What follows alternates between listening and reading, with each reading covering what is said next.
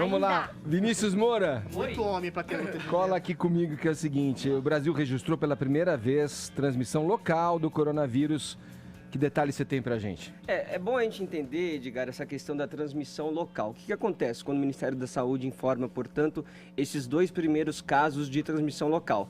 É que ainda é possível, então, identificar quais são essas pessoas que dentro do Brasil estão transmitindo o vírus para outras pessoas. Sim. Quando você tem a transmissão, por exemplo, sustentada, que é a que está acontecendo na China e na Itália, você já não consegue monitorar, você já não consegue identificar quem está passando para quem. Então ainda é um caso controlado aí pelo Ministério da Saúde. Essas pessoas que estão com casos confirmados do coronavírus estão sendo monitoradas e aquelas que tiveram contato com essas pessoas também. Agora, Edgar, só ontem já foram mais 5 casos confirmados do coronavírus e hoje de manhã foi confirmado mais um, portanto, o 9º caso confirmado, o primeiro na Bahia. Então são 9 casos confirmados e 635 suspeitos. Cidade de Feira de Santana, né? De Feira de Santana, também uma pessoa que esteve recentemente na Itália. Uhum. E ontem nós tivemos casos parecidos como esse, por exemplo, a da adolescente de 13 anos aqui de São Paulo. Só que o que acontece no caso dessa adolescente, por exemplo, Edgar? Foi até um recuo do Ministério da Saúde, que primeiro disse que ela não estava ali no quadro do coronavírus, mas depois confirmou que estava. Ela estava na Itália, sofreu uma queda lá, teve que passar por uma cirurgia, chegou aqui no Brasil e foi ao hospital sem os sintomas do coronavírus. Mas lá, ao fazer os exames, os médicos identificaram que tinha, sim, ali os quadros do coronavírus nela. Mas como o índice, né, ainda é muito baixo, ela, por exemplo, não está em isolamento. Ela está circulando normalmente, aquilo que a gente fala que é uma paciente assintomática, né? Sim. O que causa, obviamente, que muita estranheza por parte das pessoas, né? Será que ela pode circular dessa forma? Não porque vai já estaria transmitindo, isso, né? Exatamente. Mas o Ministério da Saúde diz que ela pode sim circular dessa forma. E mais 2 pessoas... Eu não entendi essa resposta já. Fico meio em dúvida sobre isso. A gente fica em Porque dúvida. se fala que a transmissão ocorre quando o vírus está incubado, principalmente. Mas Né? sabe o que eu acho que é mais, assim, assustador na história desse vírus? A gente já falou aqui várias vezes da questão de não gerar um alarmismo, porque realmente também os casos de morte são poucos, né, em relação às pessoas contagiadas. A Só letalidade. que a questão é o desconhecimento. Cada hora vai vindo um tipo de informação e isso causa uma sensação de insegurança. Como essa agora que você está falando. Não, mas espera aí, a pessoa foi diagnosticada, mas ela pode circular livremente ou não? Não fica E em primeiro Então, não essa colocaram, sensação depois colocaram. De não saber É que gera como se comporta, eu acho que causa um desconforto para todo mundo, porque né? ela deveria estar na chamada quarentena, não é isso? E aí nós tivemos também, Edgar, os 2 primeiros casos no Rio de Janeiro e no Espírito Santo, e essas 2 pessoas que tiveram a transmissão local foram infectadas com o coronavírus por causa daquele primeiro paciente que foi confirmado aqui em São Paulo em um churrasco. Então, um deles pegou o coronavírus deste paciente que estava no churrasco e esse que pegou o coronavírus transmitiu para uma outra pessoa também. Portanto, essa transmissão local que, por enquanto, consegue ser administrada, consegue ser monitorada pelo Ministério da Saúde. Vamos ver como que se desenrola hoje. Como eu disse aqui, são 635 casos suspeitos do coronavírus e o mundo inteiro, né, Edgar? Já chegou em mais de 70 países, em todos os continentes. A gente tem, por exemplo, um caso sem precedente que foi o esvaziamento da Meca, na Arábia Saudita, o maior templo sagrado da Arábia Saudita, para eles fazerem ali a esterilização, né? Então, vários templos religiosos pelo mundo e a gente tem... justamente agora, nessa época do ano, a ida de muitos muçulmanos para esses lugares, porque é a época de peregrinação. Sim. Né? Então vai ter que se ver como que vai fazer também com relação a isso, essa grande concentração de pessoas em um mesmo local. Olimpíada de Tóquio, né? A gente tem, por enquanto, ainda a manutenção da Olimpíada para julho e agosto, mas né, a gente tem que acompanhar qual vai ser a evolução do quadro aí do coronavírus. Vini, a gente, claro, é um problema de saúde no mundo todo, mas a gente sempre lembra que isso interfere em outras áreas, por exemplo, na área econômica. Claro. Essa questão do coronavírus acaba interferindo aí, o surto, né, a preocupação dos consumidores, empresários, investidores. Por isso a gente convocou o Samidana para vir aqui falar a respeito, porque o noticiário está quente nesse sentido, Sami. Tá. E esse é um vírus, essa epidemia de coronavírus, né, ela afeta a economia. De que maneira ela afeta a economia? Porque o mercado está numa chamada atenção, para dizer aí o mínimo, hein, Sami? Muita atenção. Ontem a Bolsa de São Paulo caiu 4,65%, Dow Jones, principal índice da Bolsa Americana, que é a principal economia do mundo, caiu 3,58%. Hoje, bolsas europeias, Londres, Frankfurt, Paris, Rússia, tudo caindo mais de 3,5%. E o Ibovespa hoje já cai mais do que 4%. O que acontece? A gente tem um pânico, né? Ninguém sabe exatamente a extensão disso. O fato é que muitas fábricas na China pararam, a China parou, então aí você tem dois tipos de países. País que nem o Brasil, que exporta muito para a China, exporta carne, exporta soja, exporta minério de ferro, então isso afetou muito. Sem contar, obviamente, empresas aéreas, que com os voos, teve empresa aérea que quebrou, se eu não me engano foi a JetBlue, que já não estava bem, quebrou. E você tem o outro lado da moeda, os americanos. Os americanos, então, a AMD, que faz placas, a Microsoft, a NVIDIA, empresas que dependem de produção na China. Então, isso parou o mundo, provavelmente, e aí já é mais uma aposta minha do que, de fato, um dado, não teremos Jogos Olímpicos em julho, deve ser adiado. Você acha que não vai... Na China você vai já não consegue treinar. Na Itália já está tendo jogos fechados. Então você teria uns Jogos Olímpicos muito estranhos. Esvaziado. E aí, fora o pavor, né? Então tem um discurso famoso do Reagan que fala: eu tenho medo do medo. Então é um pouco isso.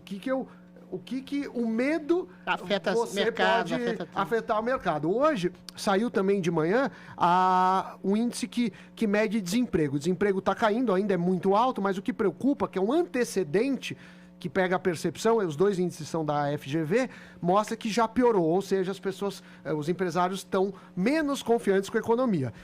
Não dá para botar a crise da Bolsa, nem o dólar, que o dólar agora, ele está já para quem vai para turismo, tá acima de R$5 já, tá? Ele tá 4,66 no mercado, mas aí Caramba, você tem... Ô Sam, e além da alta do dólar, você tem uma desvalorização do real. Sim. Que é a maior da história, né? Na verdade... É a maior de todos os países, a moeda, o real. Na verdade, você tem o seu dólar, você teve já 12 pregões com o dólar subindo, mas isso também tem reflexo do coronavírus. Por quê?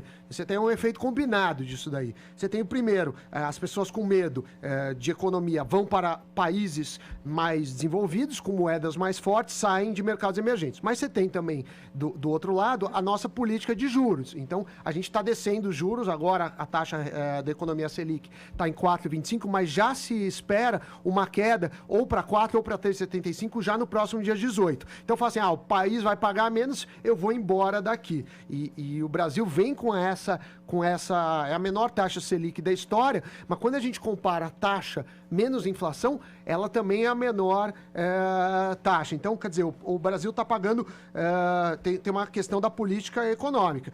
Por fim, você tem também a questão das reformas tão necessárias, como reforma tributária e reforma administrativa, que estão com dificuldades para andar. Mas, de qualquer forma, essa grande perda da Bolsa e do dólar, eu não imputaria motivos internos. Sim, Agora pensa, tem essa coisa racional, mas e coisas muito irracionais, como, por exemplo, uma perda de 10% aqui para a empresa que é dona da cerveja Corona. Pois é. Gente, aí depois a gente acha que é todo Netflix mundo racional. Tá ganhando dinheiro. Sim. Porque tem filmes que pessoas não falam saem de de casa. contagem, Peraí. de epidemias. Gente, deixa eu só colocar mais um ingrediente aqui nessa nossa discussão, antes de abrir para a bancada, debater. O Marcelo Matos, nosso companheiro aqui da Jovem Pan, acompanhou a visita do ministro Paulo Guedes à Fiesp, que rolou ontem aqui em São Paulo. Vamos ver. Solta, Bruno. O ministro da Economia considera normal dólar a 4,66.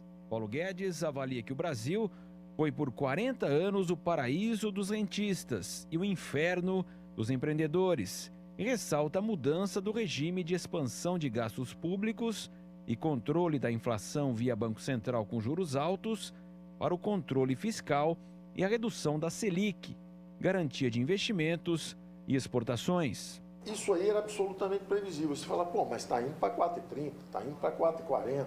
Tem exagero? Bom, tem o coronavírus, tem a desaceleração da economia mundial, tem a incerteza, havia incerteza. O que vocês estavam dizendo 2 dias atrás? Está havendo um choque entre o Congresso e o presidente, não está havendo coordenação política, está havendo isso, está havendo aquilo. Quer dizer, o que eu estou dizendo é o seguinte, é um campo que flutua. Se você fizer muita besteira, ele pode ir para esse nível. Se você fizer muita coisa certa, ele pode descer. No encontro com empresários em São Paulo, o ministro Paulo Guedes se disse otimista pela garantia dos investimentos via setor privado no Brasil.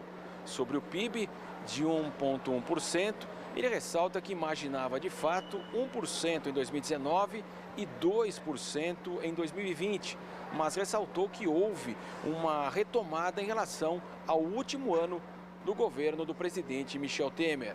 Como a indústria extrativa mineral, com a Vale, colapsou e 60% das nossas exportações de automóveis para a Argentina colapsaram, a grande verdade é que quando o governo Bolsonaro chegou, o crescimento do PIB, que tinha sido 1,3, 1,3, já tinha caído para 0,7. Você pegar o primeiro trimestre, primeiro do governo Bolsonaro, sobre o primeiro do último ano do governo Temer, o Brasil já tinha praticamente estagnado. Guedes reduz impacto do coronavírus. Nós fizemos os primeiros cálculos, o impacto, se a economia brasileira fosse crescer 2,5%, a pior hipótese seria cair 0,5%, então em vez de 2,5% crescer 2%, a melhor hipótese era crescer desacelerar só 0,1%, 2,4%. Eu não estou nem contando com isso. O ministro da Economia, Paulo Guedes, participou ao lado do presidente Jair Bolsonaro na Fiesp, em São Paulo, da instalação do Conselho Superior Diálogo pelo Brasil, idealizado por Paulo Scaff com 40 empresários. Tá aí, olha, ô Sami, pessoal, economia já não é um negócio tão simples da gente entender aqui. Eu Mas mercado abalado como dá. simples cidadão aqui, eu fico olhando, mas peraí, o coronavírus é bom pra uma coisa, é ruim pra outra, o dólar alto é bom pra uma culpa é da coisa, imprensa. mas é ruim pra outra. Também, Agora é da imprensa. A culpa é da imprensa. Causa celeuma e mercado muito nervoso. Agora o PIB, nunca ouvi falar que tem um PIB privado e um PIB público. Tem Peraí, crescimento gente. privado. Vai Vai lá, Sam. Não, deixa o Sam. Peraí, só um pouquinho. Porque aí ele completa. Então vai lá, Alessandro. Eu vou dar a minha visão da economia. Eu não sou o Samidana. Na maioria das vezes em que o Paulo Guedes fala, eu não entendo metade. Eu tô indo aqui, nesse caso eu fui mais pela cara do Scaff. Entendeu? Fui mais Uma pela cara do Scaff. meio... A minha visão da economia é o seguinte: eu tenho um ferro velho, hoje em dia eu vivo meio ferro velho, meio YouTube. E a minha visão do ferro velho, eu carrego em prédios, eu carrego a reciclagem dos prédios, é que as pessoas estão comprando cada vez mais, entendeu? Porque elas estão cada vez mais jogando coisas fora. É assim que eu vejo a economia. Fora a parte de reciclagem com a qual eu trabalho, eu ainda, por exemplo, eu faço o carreto de coisas velhas. Então, por exemplo, você tem um sofá velho, você quer jogar fora porque você comprou um novo? Sim. Sou eu que jogo fora. E isso tem aumentado cada vez mais, tanto que em 2019, que foi um ano em que eu falei para minha esposa que a gente ia tirar férias e não consegui, porque teve prédios que me ligaram falando, olha, Alessandro, eu sei que você avisou e tal, e eu tive que voltar. Então, na minha visão, a economia está melhorando porque as pessoas estão gastando. E, obviamente, o meu dinheiro aumenta porque eu vou pegando cada vez mais reciclagem. Fala, Sami, para uma linha pra gente esclarecer. É muito difícil tentar esclarecer em uma linha, mas eu recomendo aí o Leonardo Siqueira, ele fez um tweet importante aí sobre a questão do PIB público e privado. Você tem que ver a qualidade dos investimentos, sejam públicos ou privados. Por exemplo, saneamento básico universal, isso é fundamental, tá cheio de externalidade positiva, melhora a qualidade de vida, melhora a economia, isso vale a pena investir. Agora, ficar fazendo estádio, ficar fazendo um monte de coisa... Boa, Sami, isso aí. O que o Leonardo disse, não adianta nada. Então, quer dizer, tem investimentos em áreas que vão dar reflexos, em áreas que não dão. Agora, é bom baixar a taxa de juros, o dólar alto tem suas coisas positivas e negativas. Não está incomodando a inflação. Mas é fato que esse ano, e aí já é o 10º ano que acontece isso. Vai lá, fechando, Sam. Que a gente começa o ano, começa o ano prevendo um PIB, só que acaba com uma situação muito pior. O Brasil é craque de superestimar sua competência. Hoje a gente começou o ano com 2,5%, hoje se crescer 2% eu já ficaria feliz.